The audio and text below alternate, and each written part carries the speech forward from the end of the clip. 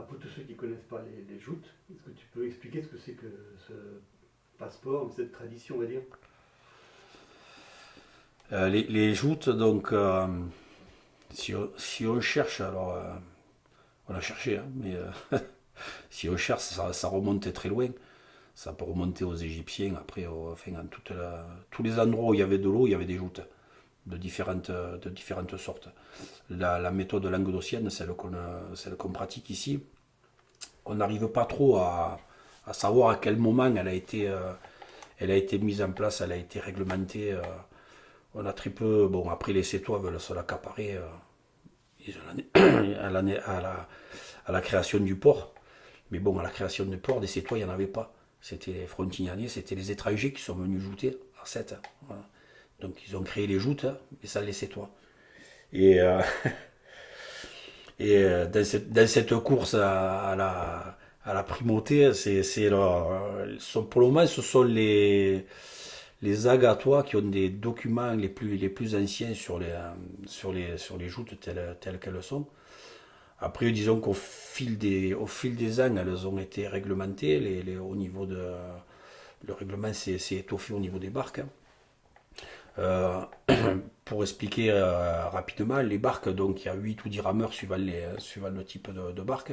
Et le but, c'est de tomber son adversaire, en ayant un pavois et une lance, de faire tomber son adversaire. Bon, bien sûr, il y a des choses qui sont autorisées, d'autres interdites. Et sur un tournoi, ben, à la fin, c'est celui qui reste le dernier qui a gagné le tournoi. Après, ça prendrait peut-être des heures pour expliquer en détail ce que sont les joutes. Mais en gros, le but, c'est de faire tomber son adversaire. Alors, des fois, on peut gagner sans le faire tomber, en lui faisant faire des fautes, mais bon, le premier but, c'est de le faire tomber, quoi. Souvent, ce qui impressionne les gens qui ne connaissent pas cette activité, c'est la lance. Ouais. Euh, Alors la lance, elle fait 2,80 m et au bout, il y a ce qu'on appelle les épures, c'est une pointe en fer. Alors, des fois, on nous dit, ouais, mais ça peut être dangereux. Non, justement, c'est en fer pour ne pas être dangereux. C'est pour que ça accroche dans le bois. Donc, le bois, le pavois, on le fabrique en bois tendre. En principe, c'est du sapin, justement pour que la lance, elle accroche dedans. Et quand il y a des accidents, souvent, c'est dû au fait que soit le jouteur a dégagé son pavois, donc la lance, elle s'en va, soit le jouteur qui frappe ne frappe pas au bon endroit, et c'est lui qui est dangereux parce qu'il a tapé un endroit qui a permis à la lance de riper, quoi. Mais bon, c'est sûr qu'après c'est spectaculaire parce que quand une lance tape dans un visage ou dans un bras ou quelque chose comme ça fait de suite, c'est vraiment c'est les points, quoi. Ouais. mais je crois me souvenir que ton frère a eu justement ce genre de petit accident. Mm. On en a tous vu un peu, on en a tous vu quelques-uns, quoi. On a quelques points de suture. Moi, c'est pas une lance la lance, je l'ai prise à plusieurs reprises, mais j'ai surtout pris un pavois, ouais. J'ai pris un pavois qui m'a fracturé la mâchoire, hein. Et là, c'était. Je crois que j'ai été le premier à le faire. Pour le moment, je suis le dernier. Si je peux être le dernier, c'est bien, quoi. Ça évitera. Ça, c'est vraiment quelque chose d'impressionnant, quoi. Dans les tournois qui se pratiquent dans la région, donc effectivement, à Metz, forcément, ceux qui habitent Metz le connaissent, il y a le grand tournoi aussi de 7. Mhm. Tu y as participé? Ouais, ben, j'ai commencé donc à l'école de joute en 76. Euh, Disons qu'après, je me suis monté dans toutes les catégories et comme je me débrouillais pas mal en junior, de junior, je suis monté en senior. Puis après, les seniors, c'est avant la catégorie des lourds. Et je suis monté en lourd de suite. Et donc en 19 ans, je commençais, à 19 ans, je faisais ma première Saint-Louis. Voilà. J'ai fait la dernière à 50 ans.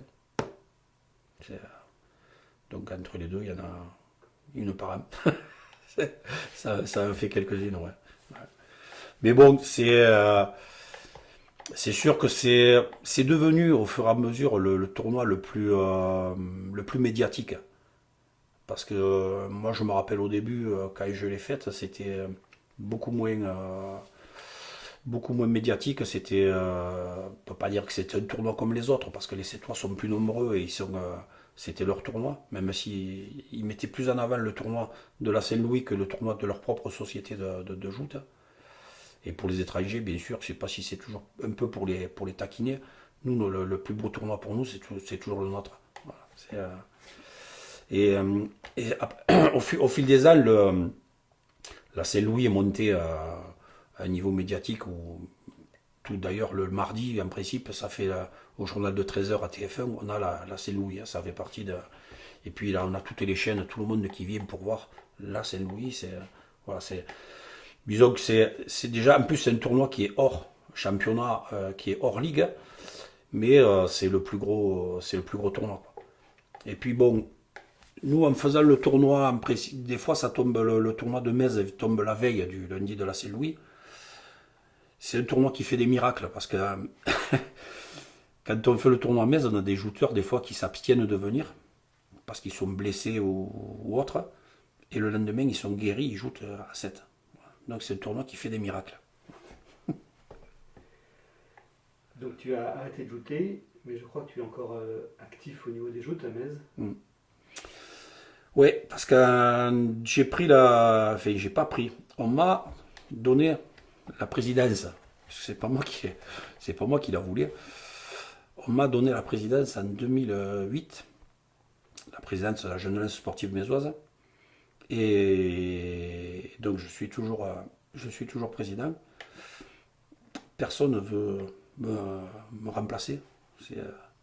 Je suis demandeur, hein, s'il y a quelqu'un qui veut le prendre, c'est pas un souci.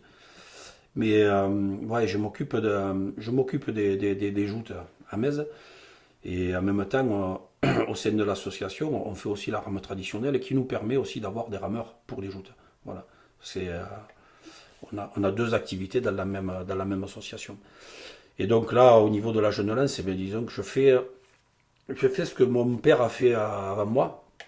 Je m'occupe des tout petits.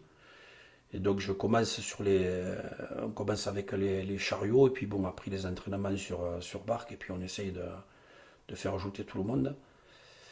Et cette année, j'ai eu une année particulière, puisque j'ai eu l'honneur de faire ajouter mon petit-fils la première fois, 2 ans et demi, il a commencé à ajouter.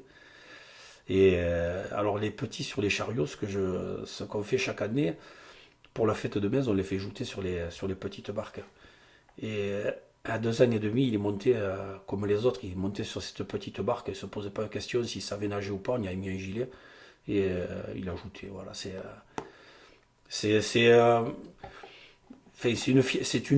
en soi, c'est une fierté de dire, voilà, j'ai fait jouter mon petit-fils.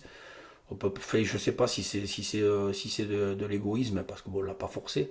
Après, lui, il est demandeur aussi. Mais bon, c'est un peu égoïste, c'est un peu pour soi de dire, ouais, ça y est, j'ai pu faire ça, quoi. Après, je le force pas, il fera ce qu'il voudra. C'est pas, comme je n'ai pas forcé mes enfants à ajouter, ils ont ajouté d'eux-mêmes. Quand ils ont voulu arrêter, ils ont arrêté. Quand ils ont repris, ils ont repris. Enfin, voilà. Mais bon, c'est toujours une fierté de voir. De voir ses enfants faire ce qu'on a fait. Et c'est là que je rejoins je comprends la fierté qu'avait mon père quand il nous a fait jouter à nous, enfin à ses 3 fils, quoi. Mon père jouait dans les années 70, et donc ma mère n'allait pas le voir jouer à mon père. Et donc il nous embarquait avec Thierry, tous les deux, on était gamins. Donc il nous embarquait, il nous mettait à la tribune, il y avait toujours quelqu'un pour nous garder. Et nous, on allait aux joutes, on récupérait toujours un programme. Et quand on rentrait à la maison, on avait Pavo Island, ce que nous avait fait Robert Lunadier. Et on refaisait tout le tournoi à la maison avec mon frère. Donc on passait des heures. Quand on voit maintenant les jeunes passent leur temps peut-être sur des écrans, tout ça. Nous on passait nos heures ou sur des caisses ou des trucs comme ça avec Pavo et une lance à refaire un tournoi de joute. Et c'est peut-être ce qui a donné après l'idée à mon père de créer une école de joute. Voilà. C'est ces heures qu'on a passées avec Thierry pour à faire des joutes ou sur des caisses ou sur une palette. Enfin, on avait toujours quelque chose pour faire une tentaine, quoi. Voilà. Pourquoi ta mère n'accompagnait pas, vous accompagnait pas? Mais je pense qu'elle avait peur. Elle avait peur parce que mon père avait pris quand même quelques coups de lance sur le visage. Et puis ça l'intéressait pas. Par contre, le jour où nous on a commencé à ajouter, alors là elle est venue. Et après elle a suivi, après elle venait. Ouais. Ouais. Ça a été peut-être un déclencheur, le fait que ses enfants ajoutent. Après elle est venue et elle a suivi. Je crois, alors je ne sais pas si c'est une particularité médoise, mais il y a 2 associations de joutes de Metz. Ouais. C'est pas une, non, c'est pas une particularité. Il y en a aussi 2 à Agde et 7, ils sont 7 sociétés. Euh, non, disons qu'à Metz, ça a été, il y a 40 ans de ça, il y a eu des soucis, des divergences d'opinion dans la société qui était la Jeune Lance.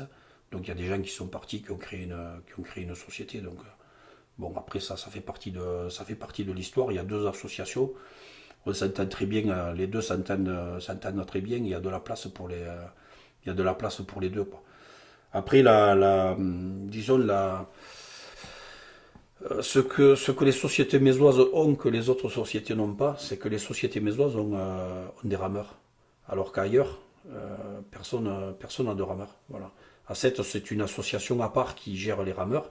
À Metz, chaque société de joute a ses propres rameurs. D'ailleurs, nous, on va ramer un peu de partout, quoi.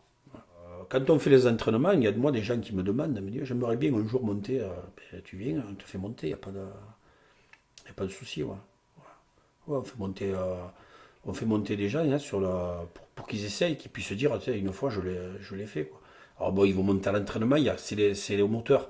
Donc il n'y a pas les à-coups de la rame, c'est plus stable, c'est mieux.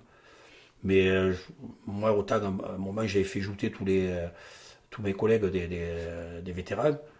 Après, on avait fait un tournoi, le défi des poteaux. Ben, les gars, ils sont plus les mêmes là-haut. Parce que déjà, quand on leur explique qu'il y a tellement de choses à assimiler d'un seul coup, on voit les visages qui changent. Ils ont tous peur de cette lance qui arrive en face. Ils ont tous. Ouais, mais le gars, j'ai dit, mais occupe-toi de ta lance. C'est toi, tu mets ta lance où il faut. L'autre, il va faire pareil. Il n'y a aucun problème. Ça va se passer tout seul. Voilà. Qu'est-ce que veut dire Tintène?